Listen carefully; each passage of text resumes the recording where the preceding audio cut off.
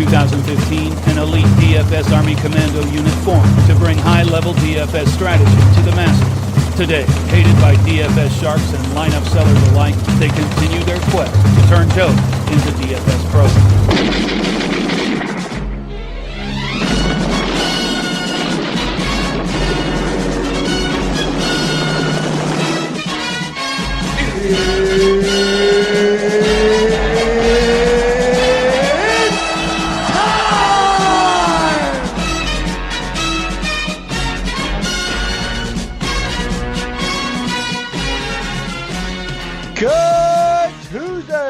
This is the NBA Daily Dispatch, brought to you by DFSSummer.com.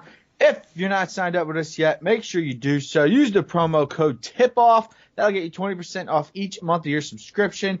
With that subscription, you get access to the Domination Station, VIP articles, and all sorts of 24/7 coaching on our Slack chat channel. Folks, that's not only for NBA, that's for all sports, NFL, a little bit of NASCAR if you want, all sorts of things going on here. Show, once again, promo code TIPOFF at DFSArmy.com. I'm host Al Walsh. Twitter is where you can find me at 14A.Walsh. You can find my co-host Keith Hall at Boomer's DFS Daddy. A lot of nice calls from us on both ends last night. A lot of folks in the Army made some money. Let's go 2 for 2 on the week, huh? Yeah, it's one of those things that is very, very difficult to kind of predict and project this early in the season. Had some good calls. Let's see here. Let's just go ahead and give ourselves credit where credit is due.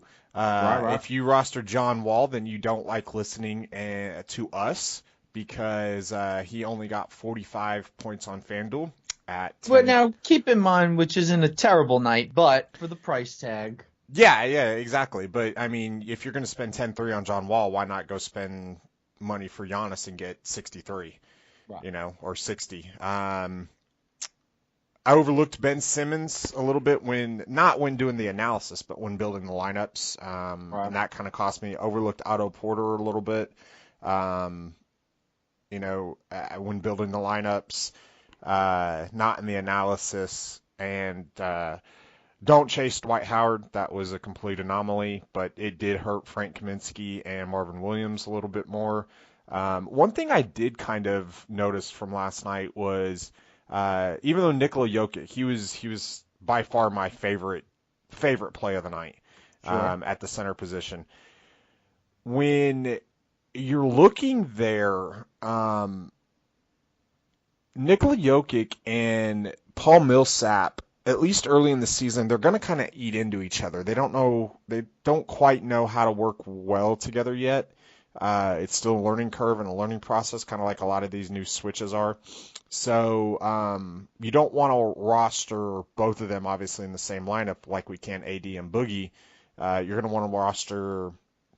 you're going to want to have one or the other. So it's just kind of one of those things.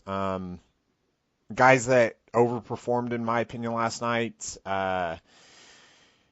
Jakob Poeltl, he kind of blew Nogueira out of the water, which was a good call, or a good time. Danny Green, without Kawhi, something's kind of clicked in his head. And that might be something to look at going forward. Wayne Ellington obviously overproduced for Miami. Johnny O'Bryant overproduced for Charlotte. We've got to mention my personal favorite, DeJounte Murray. Well, I don't think he overproduced. Well, compared to I guess what his role has been, but he grabbed over 10 rebounds last night. I think that's really his game. Yeah, he grabbed 15 rebounds. I think that's kind of his game. I think if he gets the run, he goes out there for 25 to 28 minutes. I think maybe not, a 16-15 double-double, but, 16, 8, and, 4, 5, I think is very, very, very reasonable. I just wanted a chance to say DeJounte. Yep, and that was a good call by you yesterday, by the way. Eric Gordon outscored James Harden. That was a bad call that I had. James Harden against Memphis. Huge first half for E. Gordy, and Memphis made the adjustments. Actually, Memphis was down 10 with about 6 minutes to go, and ended up winning that game outright. Yeah, well, when you absolutely just throw the shoulder into James Harden and get him to clench fist ready to throw down, then you know you've gotten into their head. So yeah, there were some good calls. We'll get better as the season goes on, obviously. We won't overlook quite as many things. Joel Embiid playing 28 minutes last night was a good sign. De'Aaron Fox. Yeah. This is a guy that obviously a top 5 pick in the draft. We talked about him yesterday with Frank Mason III. He was somebody that he's scrawny. When he goes up against some of these bigger point guards in the NBA, he's not going to be able to have he's not going to be able to really produce quite to that level. But in good matchups, it's going to be really nice. So guys who did underperform, Devin Booker, obviously, and the point guard from out east. Atlanta point guard. East. Oh, Mr. Delaney. Yeah, Malcolm Delaney. Yeah. If you would have listened, then you would have known. So sure. Now, granted, Maggette not even getting in the game was absolutely tilting. Yeah. But hey, I wasn't gonna mention him. No. Hey, look. If we're gonna be talking about all our good calls, and we got to bring the bad ones into it. But, I just did not see that coming. And, I prefaced it, too, in my article yesterday. This is a multi-entry GPP sort of play. I was not looking at him with any sort of – I don't know. I really don't know what I was expecting from him. But I thought he could be an interesting piece in that lineup yesterday. So, certainly something that we definitely got to caution. And, again, look, I mean, back to the DeAndre – the DeAndre Fox thing. George Hill was all over George Hill was all over the domination station yesterday. I mean, I've had a couple of questions. I'm sure you have as well from people about, what we're doing with this Sacramento point guard duo here. I don't know. For me, it was something that it's not necessarily comfortable for me. Just I don't like that timeshare. But here we are, DeAndre Fox with 2 solid games. Fox. All right. How about D.A. Fox? How about we go with that, all right? He's now a law guy on Law & Order, okay? D.A. Fox. That's what I'm going with. So this is now 2 games in a row where he's ran away with the much better production. So that's certainly something to keep an eye on. And again, for all the people that, have asked me about Sacramento, like you were wrong on it. Yeah, I'm wrong on it. But again, it's just not a situation that I was comfortable going into. I mean, it's blind luck, being that this is De'Aaron Fox's, first week of the NBA season. So I wasn't necessarily sure how that production was going to get lined up like that. And, I guess we could take a look at it going forward. I'm still not 100% comfortable rolling out that Sacramento. I'm not really, other than Buddy Hield and maybe Willie Cauley-Stein, I'm not comfortable rolling out any of those guys because I have no idea where the production is coming from on a night-to-night basis. Yeah, I mean, Garrett Temple came out, and I think as long as Bogdanovich is at a pretty good price, then, we could roll him out. I think Willie Cauley-Stein, we really kind of need Zebo to be out. It's really going to depend on a lot of these guys because, like Buddy, he only played 17 minutes. He went absolutely completely bananas in that 17 minutes, over 30 FanDuel points, but he wasn't in for from the 3-minute mark in the third quarter all the way through the end of the game. Was not even in the game. I have no idea. He was your best player on the floor that helped you get back into that ball game on both ends of the court, and you're not going to play him? That made no sense. You're going to play Garrett. Now, Garrett Temple helped kind of ice getting really back into it, but you're telling me that Bogdanovich is better than Buddy Hield? Come on. You gave up the farm you gave up Boogie Cousins to get Buddy Hield, and you're going to play Bogdanovich Well, over I him? think they were trying to get rid of Boogie Cousins, and they got Buddy Hield. Either way, you gave up Boogie for Buddy. Anyways, I know. we got 6 games. Let's have some fun. Indeed. We were able to do a little more banter at the beginning with such few games. But let's get right into it. My Brooklyn Nets lead off the slate tonight in Orlando. The Magical Kingdom, Magic 3.5 point favorites in this one. A glorious total of 229 in this game. So this should be jam-packed with all sorts of action. In terms of the injury, actually, let's look at this, the trends here first. Orlando, 6-2 straight up, 5-3 against the spread versus the Nets in their last 8 meetings. However, the Nets just did take down the Magic on Friday night. Yours truly was in attendance. Let's take a look at the Nets, who are actually on the front end of it back-to-back. They'll face the Cleveland Cavs at home tomorrow night. But Sean Kilpatrick going to be out with the personal issue. And then, of course, Jeremy Lin out for the season with the knee injury. For the Magic side of things, Elfrid Payton is out. But Aaron Gordon will play tonight with that ankle issue. So that certainly gets some things going here. So let's start here with the Brooklyn Nets. A lot to like about this team. I feel like D'Angelo Russell, that he's 7,800 on both sites. Could actually went down in price. Yeah, which is very shocking. But hey, you know what? I guess we can take advantage of it. So again, I feel like this price is a little too low. Your big choice tonight is probably D'Angelo or Kyrie.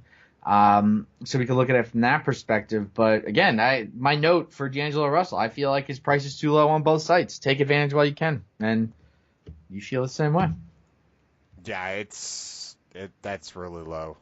It really kind of is, and I don't really understand why. To be in all fairness, I guess, to the pricing, I guess what I could say, like, we haven't really seen D'Angelo, I guess, since opening night, take such a huge role with the scoring. I mean, he's actually been a very good playmaker in these 2 games since Lin's been out. I believe he was 3 rebounds or assists shy of a triple-double there on Sunday in a game that absolutely nobody was watching during NFL. But he's doing a very good job of just setting everybody up around him. He was 3 rebounds shy of the triple-double. But, being at that game on Friday, I was able to see him work within the offense. Now, 8 turnovers killed him in that game against the Magic. So that was just a sloppy game by both sides. But yeah, look, you can't hate him, and he's going to have a fantastic matchup against Augustine here. I dig it, man, all over. Yeah, I mean, I can't. He's showed why he was a top draft pick, and I don't understand. Well, I do understand why the Lakers shipped him off, but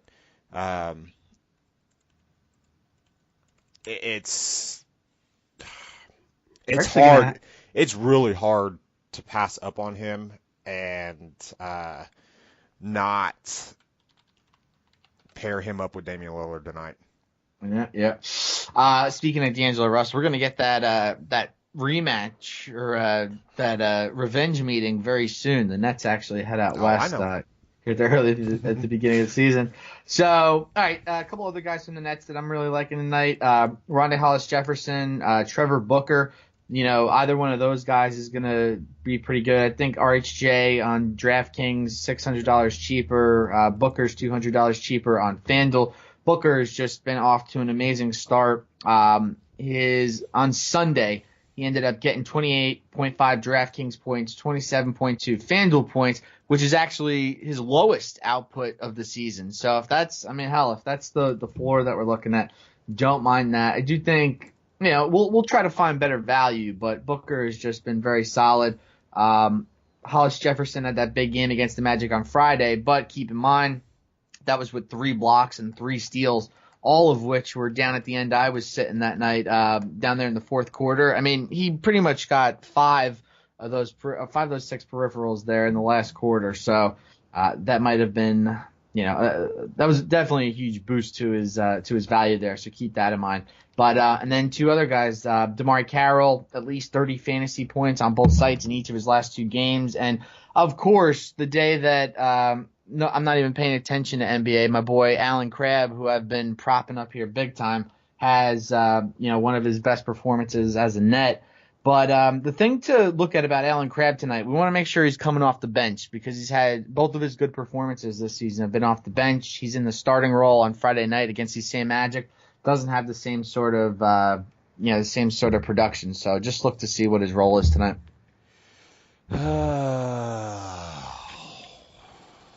Yeah. I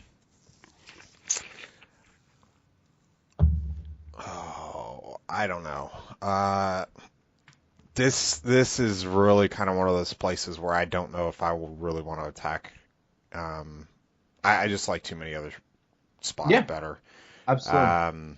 I mean, Crab is one of those. I'm not going to get down on you for not liking Brooklyn Nets, all right? Don't worry. Yeah, but it's not that I don't like them. It's just that, 4,800, 27 minutes. I mean, I've got to have Crab on. He's going to split time with Damari Carroll. If Evan Fournier's playing more of the two rather than the one, I mean, I guess here's the question: Do they play both Carroll and Crab on the floor at the same time? They probably won't. If what they've been doing, I don't know what they did last game. I heard Atkinson really liked Crab in the start, or I'm sorry, Karis LeVert in the starting lineup. So that would put him with D'Angelo Russell, Damari Carroll, probably Ronnie Hollis Jefferson, and Mozgov there at the start. And then that second unit would probably be Crab, Booker, Dinwiddie. Those would be like the big guys on the second unit. If what Atkinson said the other day is true, but I don't know why they would, go away from it. Things look pretty good on Sunday, whereas Friday they were a bit clunky. They were trying to figure it out in that first game without Jeremy Lin, so that is just how I would recommend. I guess on DraftKings I like Crab a little bit more just because of the 3-point bonus. Sure.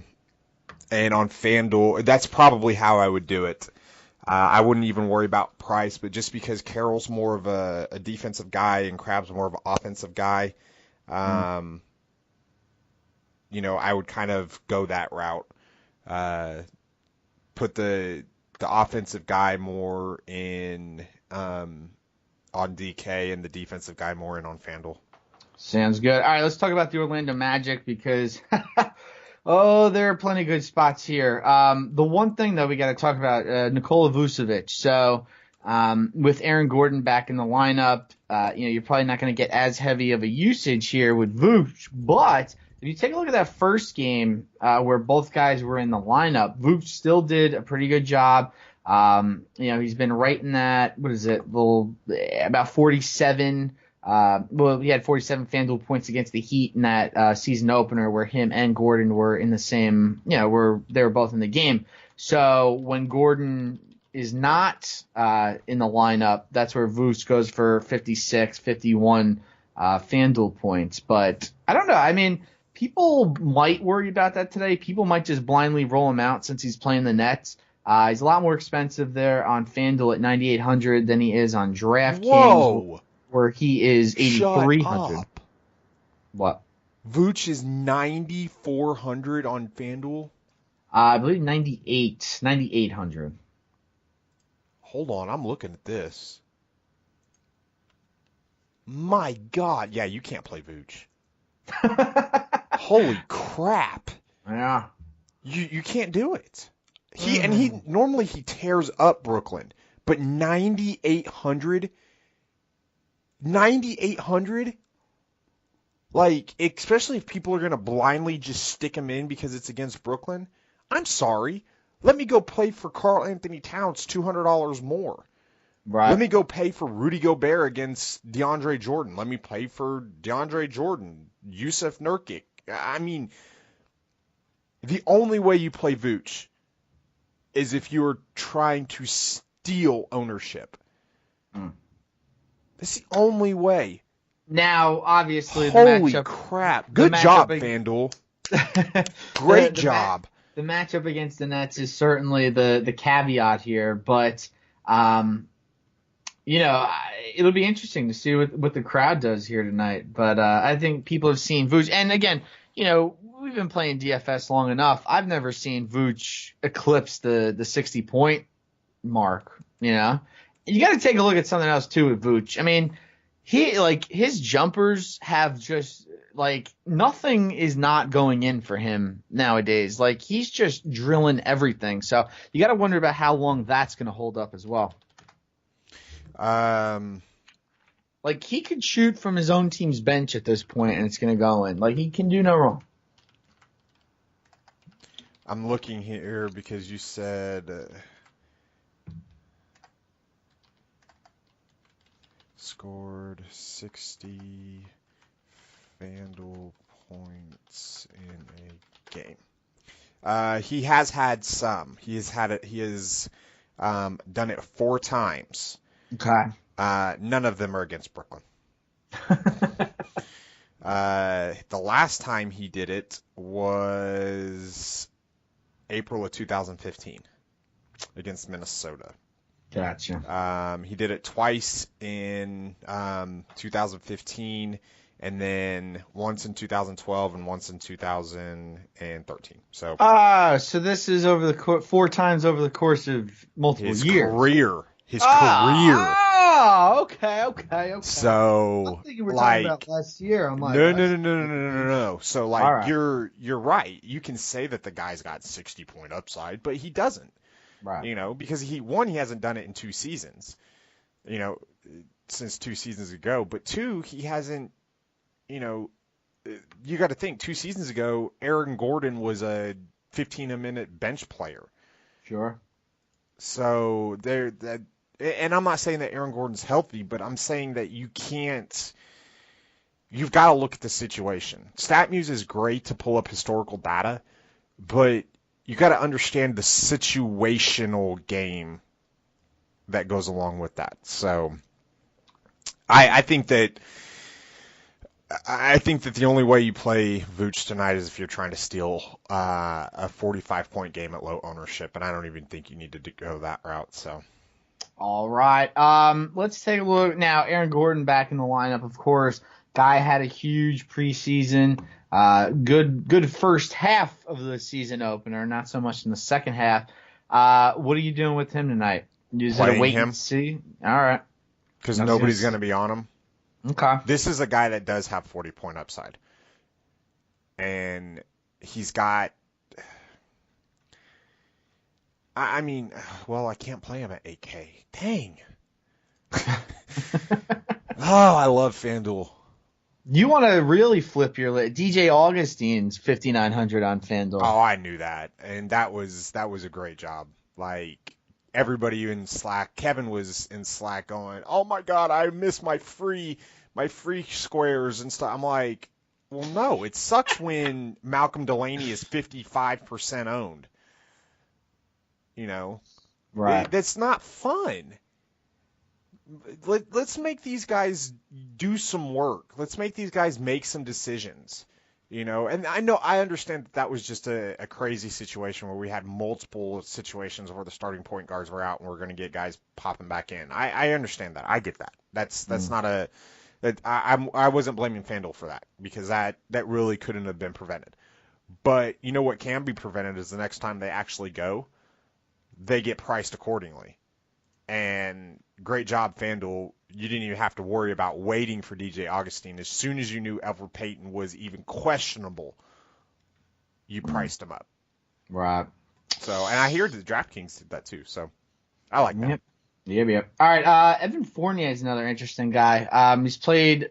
Now the Magic have played 3 games. They had that blowout game on Saturday. The 2 games that have been competitive, he's played 35 minutes in each of those games. This is a guy where I think I'm going to get a lot of my Orlando exposure. Is Evan Fournier? Yeah, and he's been fantastic to open up the season. He's averaging about 35.5 on DK, about 33 on FanDuel. 6,100 on DraftKings, 7,000 on FanDuel. Again, they're of course they're getting I think, every team, I can see what's happening here. Every team facing Brooklyn's going to get the bump up this year. But, and for good reason. So, Fournier's just been very solid to start the season. I mean, it's kind of just one of those things that you got to kind of look at. It's very, very difficult to not think that Evan Fournier can't be one of the top small forwards on the slate. Yeah. I mean, it's just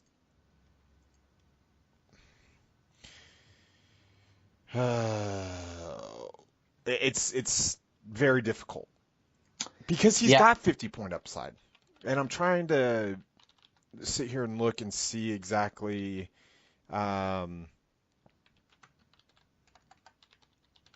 Points scored with and without Elfrid Payton in the lineup. Never mind. Didn't give it to you? No. I'm still learning how to reword. I used to be able to type in any question in StatMuse and it just popped out. Everything I wanted. All the time. I know that was going to happen. And now they've changed the wording on it so much that I can't. I haven't. It's not that I can't. I haven't sat there and actually tried to, figure it out yet. So Sure. All right. Just looking at a couple deep GPP plays. Obviously, I feel like Augustine is more. He's not necessarily cashed that. Well, maybe he could be, but at that price, I'd much rather use him on DraftKings 5,100 as opposed to the 5,900 on FanDuel. And then if you really want to get crazy with it, I mean, look, the Nets second unit, not great at all on defense. So you got Jonathan Smith, Jonathan Isaac, and Shelvin Mack is pretty interesting. Minimum price on DraftKings. I could definitely see myself taking a chance there.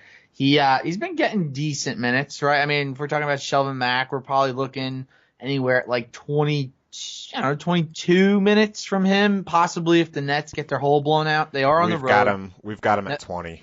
Never been good on the road, the Nets, so it's possible Mac maybe gets a little more minutes just so they get, a better feel for him. What was interesting, that game against the Nets that Elfrid Payton got injured, Shelvin Mack was the one that he started the second half out of the break there. So I always found that interesting. So I don't know. I feel like they're going to give him some chances to play. They need him now too. That Elf is going to be out for a little bit. So on DraftKings especially, I find him very interesting. Yeah, I kind of like Terrence Ross. Yep. I think Jonathan Simmons, his minutes projection is going to change in the domination station with Aaron Gordon now confirmed. In case you don't know how I run the initials, it's with as many people as possible and it's trying to cover as many situations. I think with the Aaron Gordon news, the Jonathan Simmons news the Jonathan Simmons minutes is going to go down. But yeah, it's just kind of one of those things. I mean, Shelvin Mack and DJ Augustine are going to split this time here. Shelvin Mack's projected at 20 minutes. DJ Augustine 28. So it's definitely a possibility. But I think Terrence Ross is probably one of the sneakier value GPP options from this game. So. Sure. All right, let's get to the next one. We spent a lot of time on that one because, well, it's got the highest total of the night. All right, let's go to Chicago Bulls at the Cleveland Cavaliers. Cavs 15.5-point favorites. Over under here at 208. Interestingly enough, I know we got a different roster, but did you know the Bulls are 7-1 straight up and against the spread versus the Cavs in their last 8 meetings? And that even includes a win against the Cavs on dress rehearsal night during the preseason. Very interesting. All right, so for the Bulls, going to have Chris Dunn. That dress rehearsal night was without LeBron James, by the way. No, he was in. No, he didn't play hardly in. Okay. I'll take your word for it. Hey, I watched the preseason, man. Chris Dunn, Nikola Mirotic, Bobby Portis, Zach LaVine, Cameron Payne, all out with their individual ailments and whatnot. And then for the Cavaliers, they are on the front end of a back-to-back tonight. They're at Brooklyn tomorrow night. Keep that in mind. But Derrick Rose out with an ankle injury. And then Tristan Thompson going to be probable for this one. Had a little bit of knee soreness. He going to go.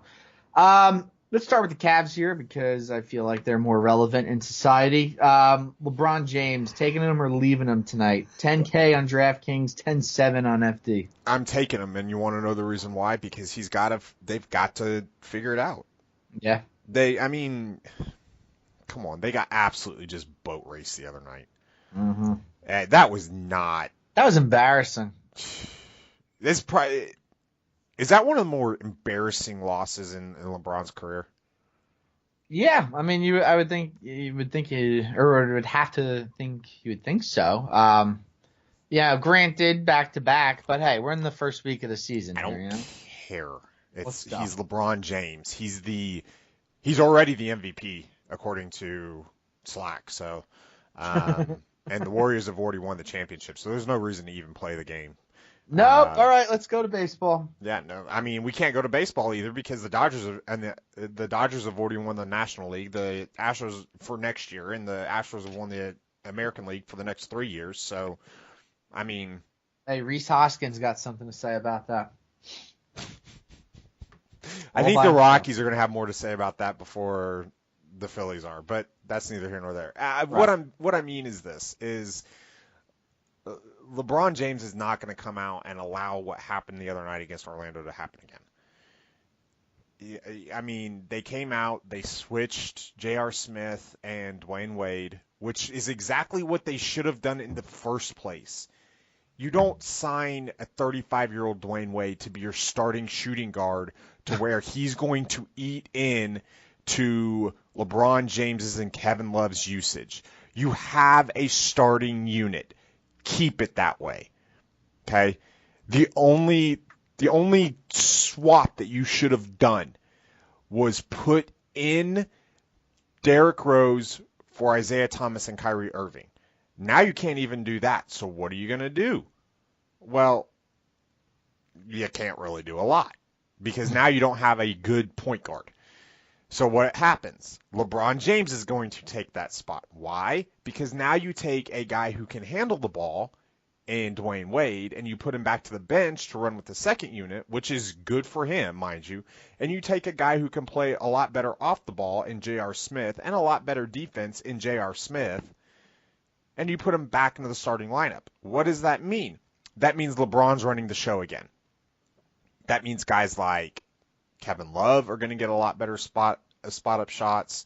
Jay Crowder is going to get a lot better spot-up shots. I mean, it's just kind of one of those things. You start. This switch does not mean a lot for. It means good things for J.R. Smith. It means good things for Dwayne Wade, and it means fantastic things for LeBron James, in my opinion. So I am not of the fade LeBron because of a blowout situation, because I don't predict blowouts. Do you want the ultimate tilt real quick? LeBron James has never scored over 25 points against Chicago? I don't know. We were just talking about J.R. Smith. I did not even see this until just recently, but he did not participate in shoot-around this morning.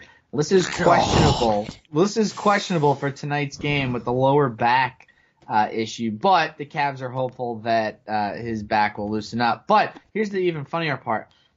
In the event that J.R. Smith is unable to play, C.D. Osman would reportedly get the start. Yeah, C.D. Osman. Who's that coming from? This is from Dave McNamara. That is the Cavs beat writer. Yeah, he's one of the good ones.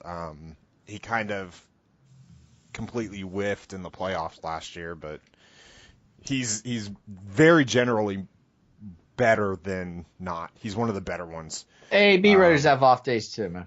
Oh, I know. Or off series. So Yeah, guys, I'm not worried about the blowout. There's a couple big spreads in this. As you know, they were double-digit favorites the other night against Orlando, and look what happened. They ended up getting boat race. So Sure. All right, so let's look. What else we got? Kevin Love, Jay Crowder. Let's talk about them first before we get to Dwayne Wade. What do you think about some of these Cavs other pieces? I love Jay Crowder tonight. He's a Jay Crowder fan. I don't understand really how you can't. I mean, he's power forward eligible. He's going to play some of the three. He's going to play some of the, some of the four. I mean, the problem I have with Jay Crowder is the fact that this position is actually very deep tonight. You got guys like Aaron Gordon, Porzingis, AD, Blake Griffin.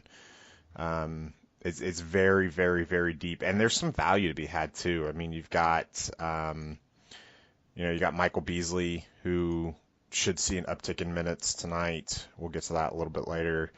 You've got Derek Favors, who's $100 more. You got Taj Gibson, who had a fantastic night against Oklahoma City the other night. Has played over 25 minutes in all three games. You've got TJ Leaf, who is going to play probably right around 20 minutes. That's, under 4K. I mean, there's options here, so he's kind of going to be the forgotten man. I'm telling you right now, do not forget him. The Cavs are going to do everything that they can to run Chicago out of the building tonight. Like, that scene from Remember the Titans, like, where they said, where he goes, Herm, run it up, have no mercy. Yeah, that's pretty much what they're going to be saying. Lou, let's run it up, let's have no mercy. Because this is the perfect get-right game. It's a slump buster. I thought the movie reference you were going to go with was the Hawks' first game, the regular season game against the Mighty Ducks. Not the city championship. Oh, man, come on. And by the way, how arrogant of United States to take all their kids from one city in the sequel. I mean, come on. They didn't take all their kids from one city in the sequel. I know, but the majority of them. You had Julie arrogant. the Cat Gaffney from Bangor, Maine. Very true. You had the Dwayne Robinson that from was Dallas, my favorite. Texas. He was my favorite. Those handles were amazing. Y'all want to play some puck? Wasn't I believe Dean, the second half of the Bash Brothers, was also an implant. Yes, from another he city. was. Yes. And then you had Kenny Wu. Kenny Wu. From a figure skater. Luis Mendoza from Luis Miami, Florida. Mendoza from Miami. Man, we're just running down the whole roster. Luis Mendoza, can you name the other classic movie he was in? Oh, The Sandlot, Benny the Jet. Yes, Come absolutely. on, Benny the Jet Rodriguez. That's an easy one, bro. Come on, you ain't getting me. The last time I want to talk about Dwayne, like we already talked about Dwayne Wade a little bit, but not in full. So, what was hysterical was that dress rehearsal preseason game for the Cavs, they ran Dwayne Wade a lot on that second unit, and he absolutely crushed it against the same Bulls team. So, I love the spot for him today. The Domination Station loves the spot for him today. The price is amazing, $5,000 on both sites. However, I mean, what are we looking at realistically in minutes here? What are we looking at from Dwayne Wade tonight? We've got him projected at 25 minutes right now. Now that could change, but I would say 25 is probably the cap. Unless for some reason,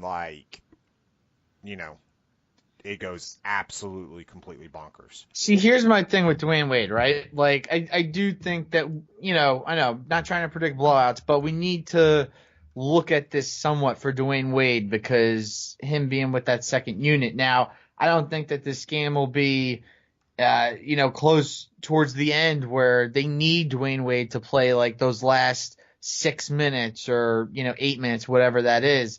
I mean, they are playing tomorrow night. We got to keep that in perspective as well. But I do think that Dwayne Wade is like a solid play to get those 25 points that we need him to get the value. I don't know if anything is going to be – I don't know if he's going to get the chance to do anything extra is what I'm saying.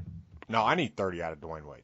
Right. But so like 25, I can almost say that we're probably going to get from Dwayne Wade. But Yeah, I don't know that he's going to get the opportunity to do anything extra. And I kind of think that his ownership is going to be a little bit lower with all this talk about him going to the bench. And especially if J.R. Smith's out and then dude that is irrelevant ends up getting dude that is irrelevant, C.D. Osman, of course. Yeah, I just like that name. Ends up getting the start. I think everybody's just going to completely forget that Dwayne Wade is part of this basketball team. Fair enough. All right, let's take a look at the Bulls because nothing necessarily set in stone, but at least the guys are getting minutes. All right, so Domination Station loves Jerry and Grant today on DraftKings. I believe if you run the 10-3 theory, 10 lineups, 3 uniques, Jerry and Grant is in all 10 on DraftKings. I don't play Jerry and Grant. I'm sorry. Right. 1, 2, 3. Yes, he is in all 10. Anyone? Yeah, I just don't play Jerry and Grant. Bueller. So he's there. He's not good at basketball. He's okay. Oh, please. He's okay. But he had that one good game against Portland at the beginning of last season when Rajon Rondo was out or got suspended or whatever it was. Other than that, 6,400 on FanDuel tonight. Yizes. If he's 3,400, then fine. If he's 6,400, I'm not touching him.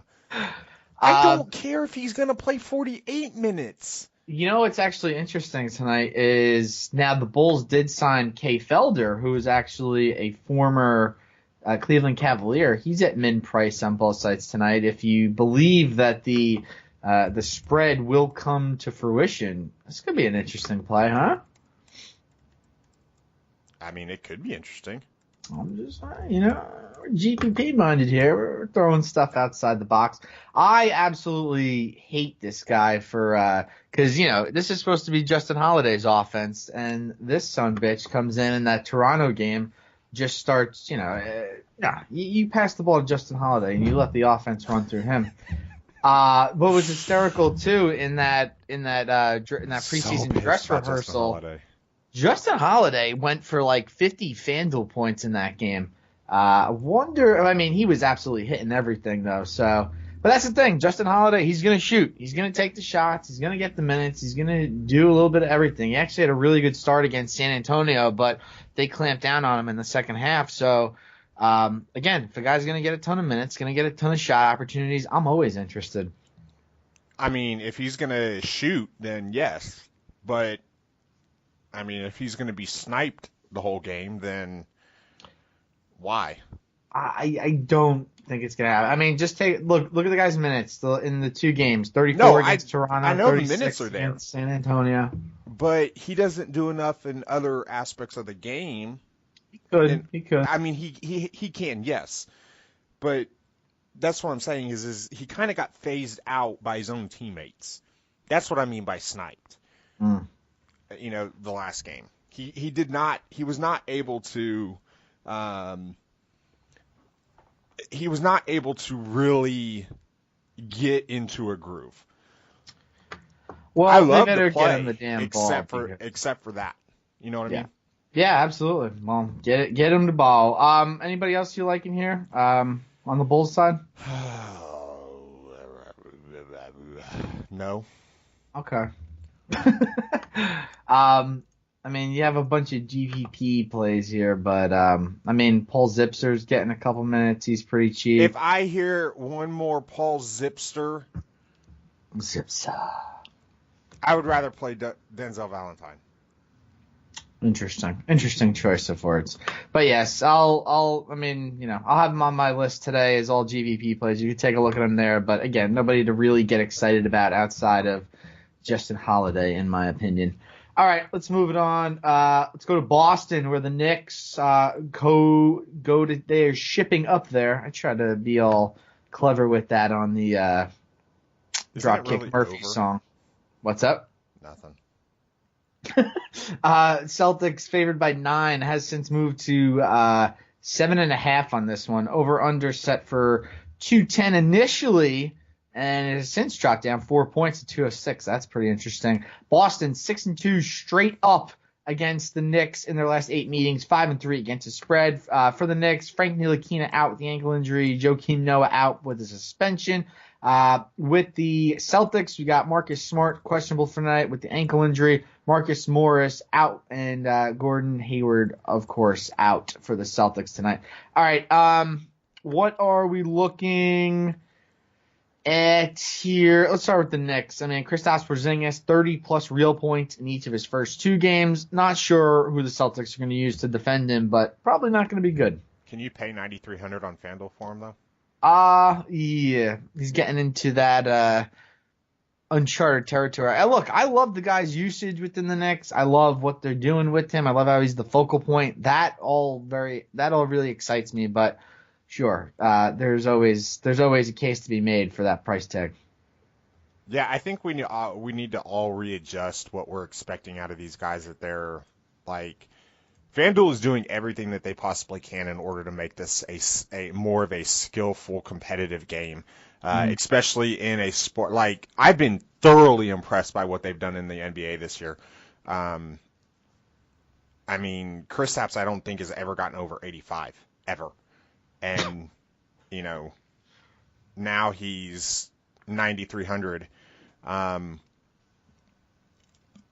I'm going to need to look into exactly how it is, but Tim Hardaway Jr. is popping off the page. Mm-hmm. And then Ramon Sessions is popping off the page as well. And I'm really kind of interested in that just because of the fact that I don't know exactly how that's going to be distributed. I understand the whole Ramon Sessions phenomenon, if that's what you want to call it. But I'm pretty set at like a Kyrie, D'Angelo, Damian Lillard, I love the top tier, of 7K and above for the point guard position tonight. So I'm not sure if I'm going to have a lot of Ramon Sessions.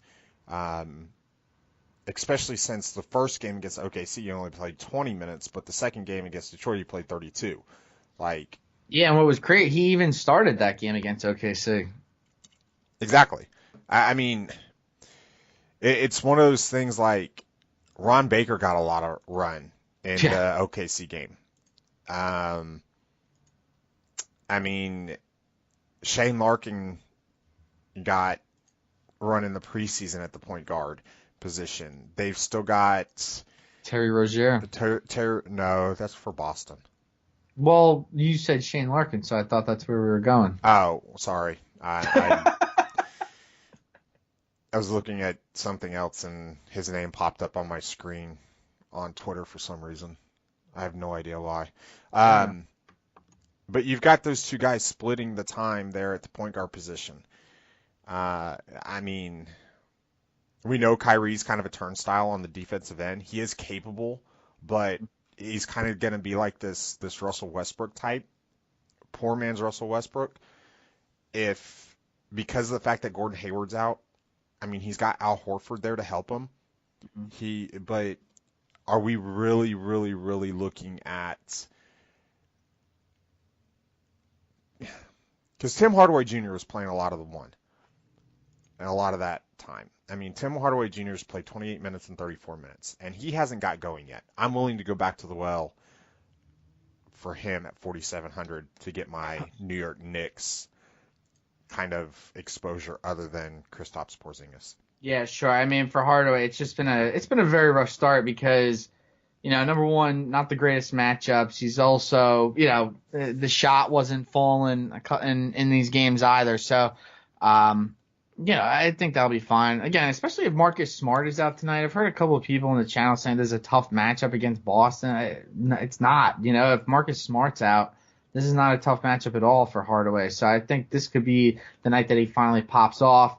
That Sessions play just seems way too risky for me. I understand, Domination Station knows all, but again, I kind of liken it to a little more of kind of what we saw to Malcolm Delaney, right? Like, Sessions has never been this like huge usage monster. He's never, wowed us with too many performances. But if sure, you're scared of fading Ramon right. Sessions, then you need to reanalyze what in tournaments.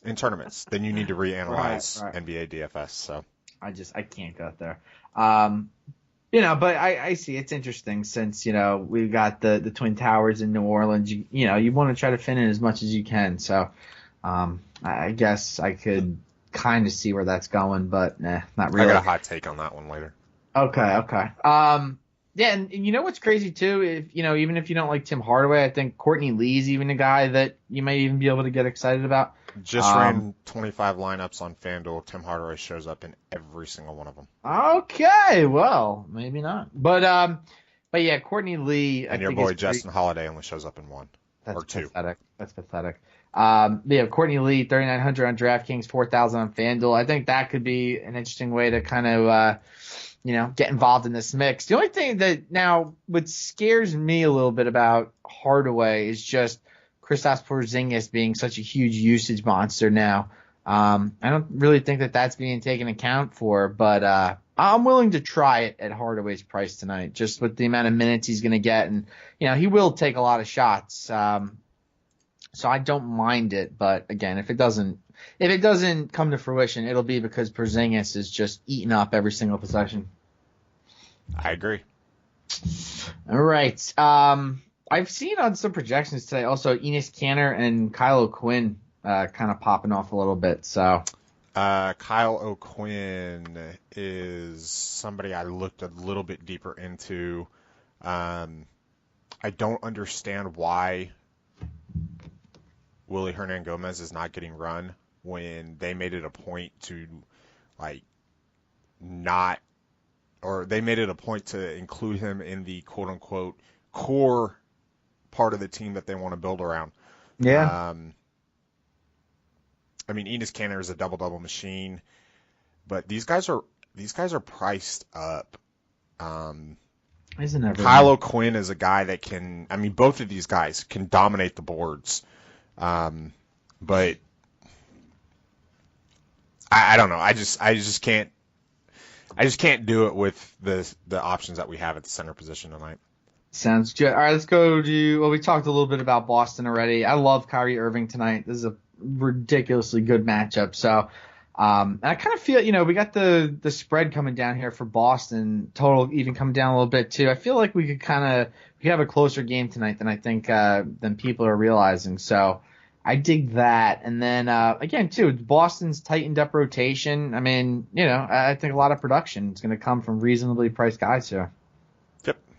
I can't disagree with that at all. Yeah, and especially too, Marcus Smart is out, Jaylen Brown, Terry Rozier. They're going to be very interesting pieces that we could fit in. Now, again, they're reasonably priced. They're not the greatest priced, but Jaylen Brown's $6,100. But him and Jason Tatum, I love Brad Stevens and his rotation because we know what it is. Mm-hmm. We know Kyrie, Tatum, Brown, Horford, Smart, if he's in, they're all going to play over 30 minutes, barring foul trouble. Right. Terry Rozier, he's going to play 25. Aaron Baines is going to come in and spell Al Horford. Those are your targets. Is Rozier, Smart, Horford, Brown, Tatum, and Irving. And unless this game gets out of hand, those are the guys that are going to get minutes. Now, could this game get out of hand? Absolutely, it's the Knicks. But with that said, we don't predict blowouts, and I think they're all viable and good options and in play. Yeah, especially Al Horford after the dud he put up the other night. I do think that this will be a pretty competitive game. So yeah, I'm not too worried about the blood. I'm not worried about the blood at all. I think this will be just fine. Let's see. The spread right now is what, 8.5? I got it 7.5. Okay. Down from 9. Maybe I couldn't do my math right. I don't know. I have trouble with math off the first top of my head. Yeah, it's 7.5. Are you calling the Knicks to cover, or are you calling a late cover by Boston? No, I think the Knicks will cover. I think this could be a last shot, last possession sort of scenario tonight. I think this could be a good game. Okay. Well, if that's the case, then load me up with a lot of Boston Celtics. Yes, indeed. Yes, indeed. All right, let's get to the next game here. We've got the Indiana Pacers at the Minnesota Timberwolves. Timberwolves opened up as 11-point favorites, have since gone to 12. We also had an increase in the total where it started at 217, is now at 220. Both teams tonight are on the front end of a back-to-back, which is pretty interesting. But another thing that we got here too, the Pacers 11-1 against the spread in their last 12 road games on 2 or more days of rest. So for all you bettors out there, Indiana not looking like a bad play here at all. The Pacers are 3-1 against the Timberwolves in their last 4 meetings. 2-2 against the spread, not a huge deal. So all these things, very good to keep in mind. In terms of injuries, though, the Pacers going to have Miles Turner, Glenn Robinson III, and Edmund Sumner all going to be out. And again, for the Timberwolves, Justin Patton still rehabbing that foot injury. DS like some Karl Anthony Towns today, eh? Yes. Actually, not on FanDuel. Okay. 1 out of 25 lineups. But it's got Al Horford in there at 14. So. Right. But it does like Jimmy Butler. Anyways, Karl Anthony Towns. Yes. I think he is in a fantastic spot. I think that he is going to be very, very good. He's been pretty consistent on the minutes, averaging right around 33 minutes a game. He's been right there consistent with the points, averaging right around 42 points per game. You can look at this and say, okay, 10, 42, but in this matchup, I think he has, going up against Steven Adams in Oklahoma City is not, a great matchup. He still had 27 points, 12 rebounds. He's had a double-double in each game. What's his price over there on DraftKings? Let's see, 10-1 on 8,600. He's a lock and load, almost a mortal lock on DraftKings. Like he's criminally underpriced there. Wow. Yes. And you just mentioned it. These, all 3 of these matchups to start the season for him are, you said they're not that great. I'm going to go a step ahead and say they're brutal matchups, for all of them here. So, again, just posting 40 FanDuel points consistently. And I'm sure they're the same over there on DraftKings. I mean, yeah, sign me up because this is where, he's going to take that next step into the season. So yeah. I dig it. All right. Jimmy Butler is also a fan of the domination station today, but that has more to do with his price. I got to say, though, not liking how he's being integrated so far into the fantasy perspective. So what's your take here?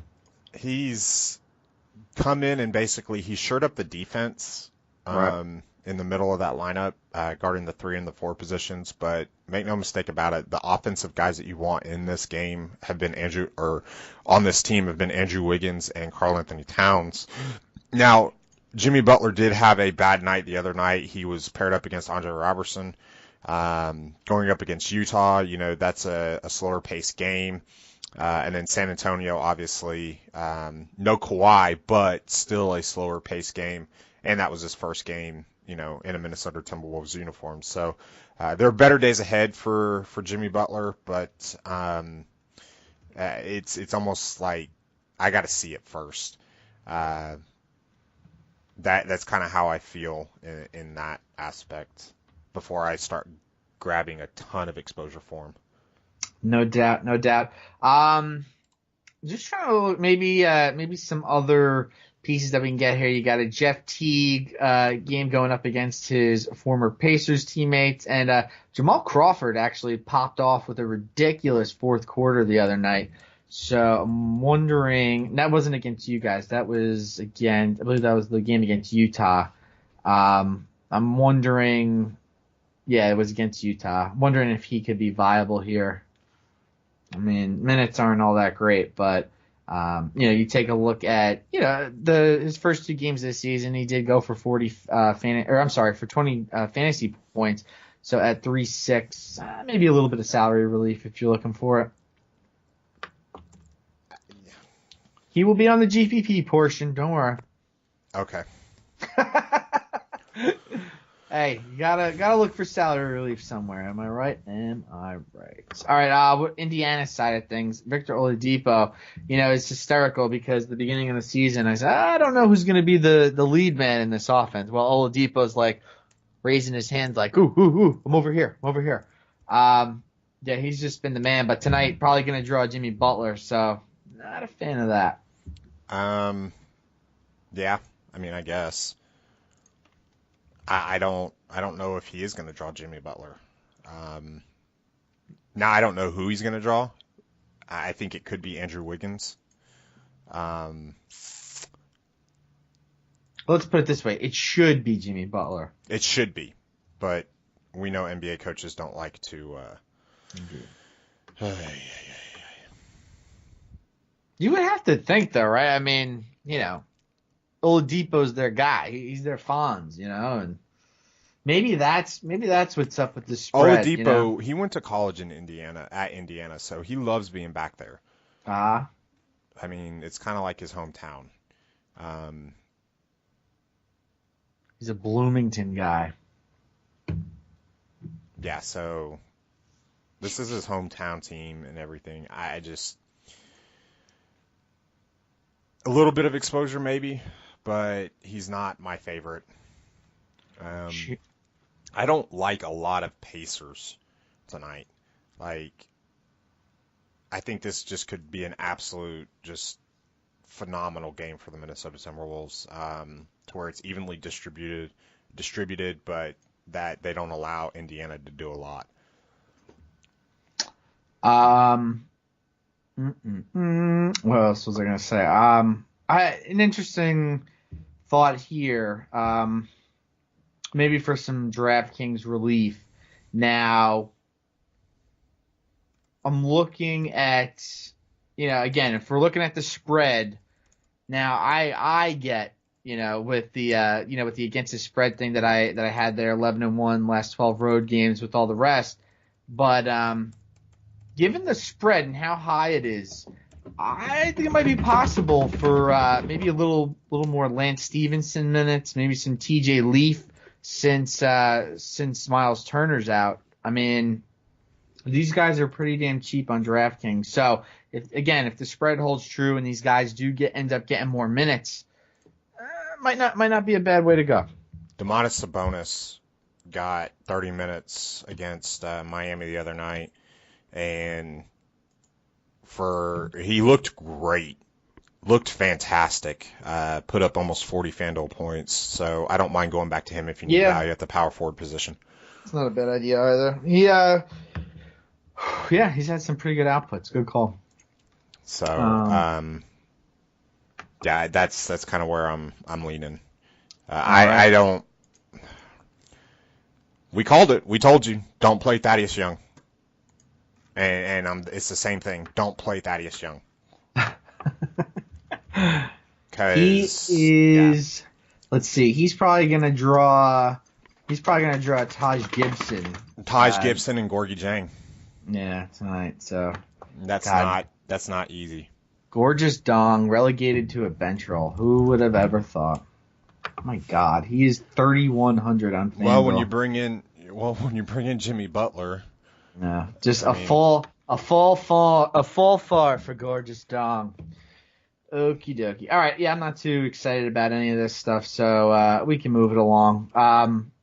New Orleans Pelicans at the Portland Trail Blazers. Blazers 4-point favorites in this one, 218. The total there has jumped up 3 points to 221. Teams have split the last 8 meetings straight up and against the spread. Keep that in mind. Injuries, Rajon Rondo out for the Pelicans. You got a lot of meaningless injuries there as well for the Pelicans. Not even going to get into it. And then for the Blazers, Noah Vonleh and CJ Wilcox both out with individual ailments. All right, you've got thoughts on Boogie and AD tonight. What are they? You want to play Boogie, and you want to play AD, but you only want to play Boogie in cash. Okay.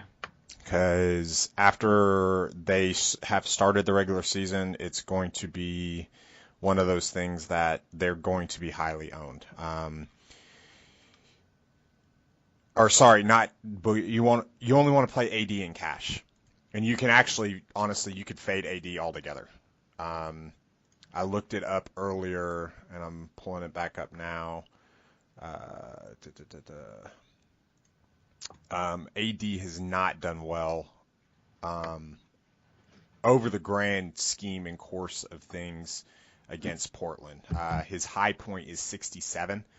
That was November 18th of 2016, and I believe Al-Farouq Aminu did not play in that game.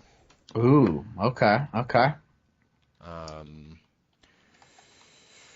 And this is the last 3 seasons. He has had, and that was full view here. Come on. There we go.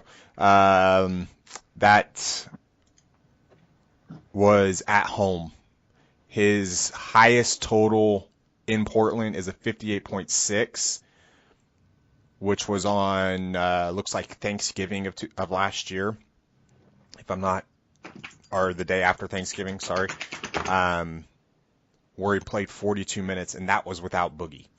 So this is the first time they'll be facing him without Boogie. I think it's a Boogie night. I don't think it's an AD night. So I agree.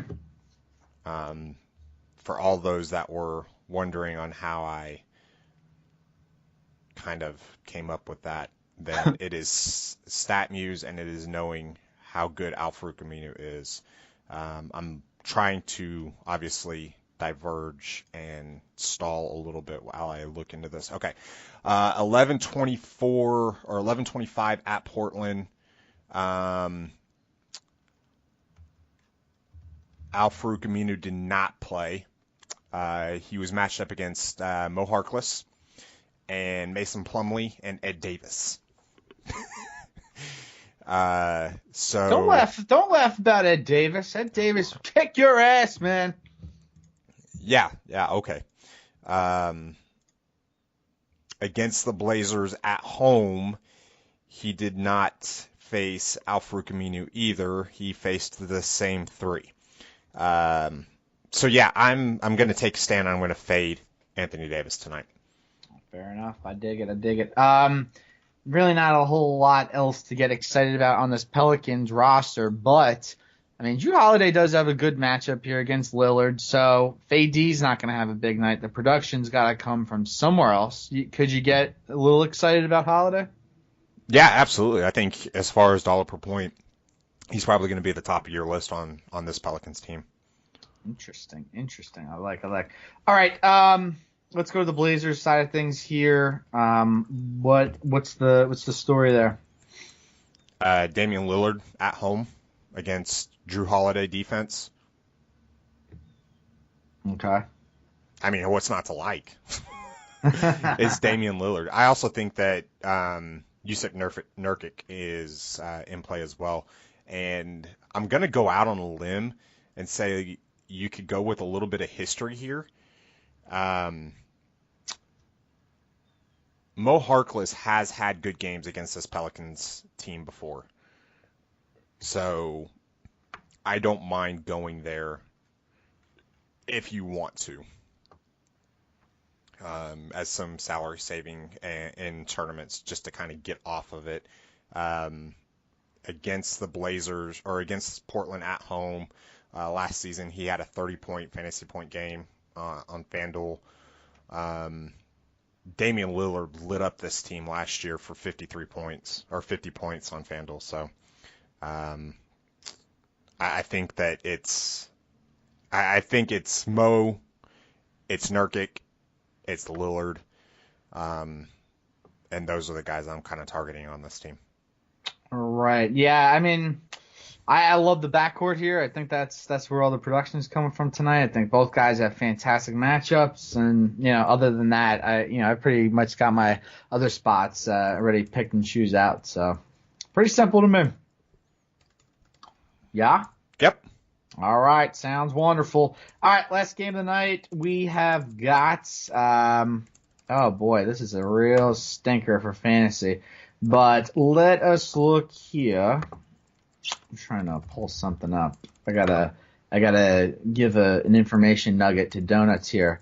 But we've got the Utah Jazz at the LA Clippers. Clippers 4-point favorites in this one. We got a total of 198.5.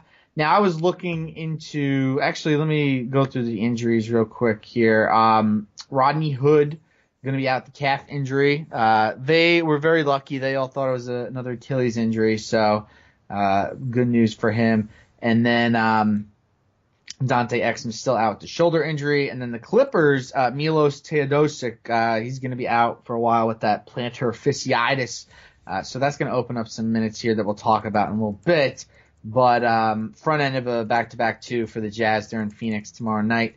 I was looking at the numbers, man. I get with these two teams, they suck, man. Like, I know that we're supposed to have a late-night hammer, but well, that's what she said. But I can't get excited about this game, like, anywhere. Your late-night hammer is Portland and New Orleans. Yeah, I can't. And by the way, I'm glad you mentioned that because you still have a game going on for the most part while the last game is going on. You know what I mean? Like it's not like, okay, you got an 8 o'clock game and then a 10:30 game. No, you have a game that we'll see about, I don't know, what, like eight more minutes of unattended action to. I think you're okay not having any exposure to this game. Yeah, I mean, this is really, really close to about a fade for me, which is very odd for it being a West Coast game. But other than like a Rudy Gobert, who can get the block, who can stack up the blocks. See, that's what I was thinking, and I'm looking at the history. It ain't pretty. Like, I don't even need to throw out the number. Like, DeAndre, Blake, Rudy, like, all their numbers suck. All of them. So, you know, I can't. All right. I'm not going to disagree. I'm sorry to take a poop on somebody's parade route, but no, I can't do it. There you go. I can't do it. But all right, so here's some interesting things now. So, if all those guys suck down low, well, not suck, but if they're all just, mangling each other down low, I think you can get some interesting action going here. So for the Clippers with Teodosic's injury, that should open up, essentially more time for Lou Williams. I know the coach's son is still in town, which kind of sucks, but he'll probably be in the starting lineup. He'll probably get to start there at the shooting guard. So then Lou Williams can kind of have the second unit all to himself. So that could be an interesting one, but I'm not goo goo gaga over it. And then again with the Hood injury, you're probably going to see Donovan Mitchell in the starting lineup, which means Joe Ingles could potentially maybe he's going to start maybe. I don't know. It could mean more usage for Ingles and Mitchell. I forgot Ingles played three. Yep, I'm not even going to try to force it. Yeah, I know. I'm trying to make lemonade out of apples over here, Yep. Sure. All right, so if that's it, then that's the last game. That's it. And that'll do it. So again, if you like what you heard today, hit the rewind button, listen again. But you could also join us at dfsarmy.com. Use that promo code tip off, and you will get 20% off each month of your subscription, which is pretty cool. Very cheap access to an optimizer for not only NBA, but also the NFL season, NASCAR, and pretty much any sport that you could think of. We got an optimizer for it. So that's very cool. And we want you to be on board. Any closing thoughts for tonight? Nope. Let's have some fun and make some money. Indeed. All right. For me, Keith, the rest of the DFS Army, we go. Peace out.